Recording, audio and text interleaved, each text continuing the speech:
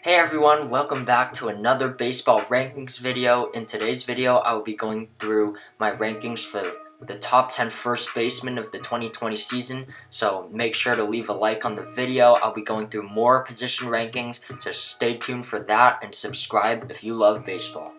Alright, so I got Rhys Hoskins at 10 to start it off here. Last year, he had an average of 226, 29 home runs, 85 RBIs, a 364 on base percentage, and a 1.6 WAR. Last year, his batting average and WAR were rather low, so I couldn't really put him that high, although he did show decent power. So I think Rhys Hoskins is a solid number 10 pick. Alright, so at the number 9 spot, I've got Paul Goldschmidt of the St. Louis Cardinals. Goldschmidt has had an amazing season. He's been an all-star. He's been a Silver Slugger. He's definitely a high-caliber player, or was.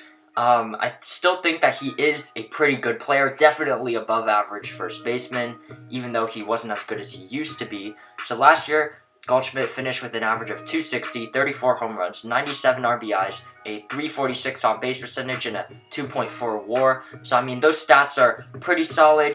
His average and OPS could have been better, but they were pretty respectable. His WAR was a little lower last year, but, you know, I think he's still a solid player, and he's a solid number 9 pick. So at the number 8 spot, I've got Anthony Rizzo of the Chicago Cubs. Now, like Goldschmidt, I think that he's already hit the peak of his career. He's starting to go down a little bit, but I still think that he's a very good first baseman. Last year, Rizzo finished with an average of 293, 27 home runs, 94 RBIs, a 405 on base percentage, and a 3.8 WAR. Those are some pretty good numbers. That on base percentage is really, really good. Anthony Rizzo has some pretty good power, and he plays good defense at first base, so I think that he's still a pretty good player, so Anthony Rizzo goes to number 8. So at the number 7 spot, I've got Josh Bell from the Pittsburgh Pirates. Yes, he is a rather young player. We haven't seen a whole lot from him, but I think that he has the potential to be really, really good.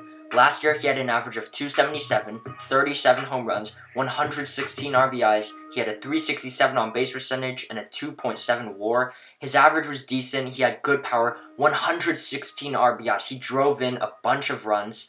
His on base percentage was good. His WAR, 2.7, that's okay. But I think that he does have a lot of potential, and he's a really good elite player. Alright, moving on to the number 6 spot, I've got Carlos Santana from the Cleveland Indians. Last year, he had an average of 281, 34 home runs, 93 RBIs, a 397 on base percentage, and a 4.6 WAR. So his WAR was pretty good last year. Average was decent, good power, good RBIs. I mean, Carlos Santana has been good for a pretty long time now. He plays good defense. He's good pretty much all around, except for speed, obviously. But I think Carlos Santana deserves to be at number 6. He is a good first baseman and will continue to be in the 2020 season. Carlos Santana, number 6. Alright, so now we're getting into our top 5 rankings, and at the number 5 spot, I've got Jose Abreu of the Chicago White Sox. Abreu has been really good for these past few years. Last year, he had an average of 284, 33 home runs, 123 RBIs, a 330 on base percentage, and a 2.0 WAR. I think Jose Abreu is a valuable middle-of-the-order type of guy. He brings home a lot of runs, and for those reasons, he's a valuable player. I think that Jose Abreu deserves to be in the top 5 first basemen. At the number 4 spot, I've got Yuli Gurriel from the Houston Astros. Yes, I know the Astros are cheaters, but that doesn't deny that he's still a really good player.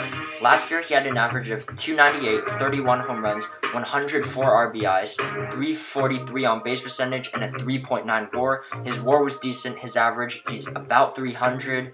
He hit 31 home runs. That's pretty good. He had over 100 RBIs, so I think offensively, he is a really good player. Defense, he's kind of average, but I think that can get better. Yuli Gurriel is a really good player, and I think he deserves to be at the number 4 spot in the order. So now we are entering the top 3 here. Things are getting interesting.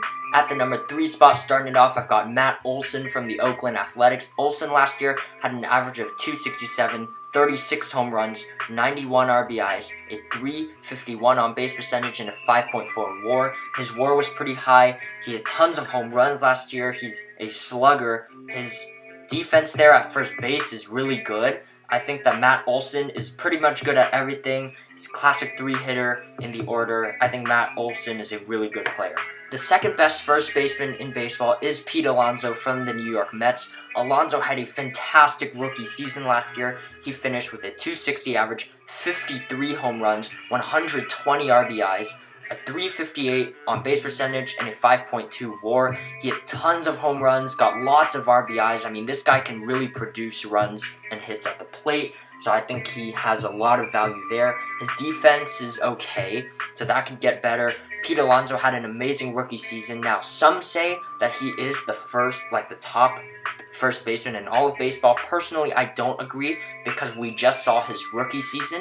So, I mean, that's one season there. I think that he can be the best first baseman in all of baseball in a few years if he continues to play like he does.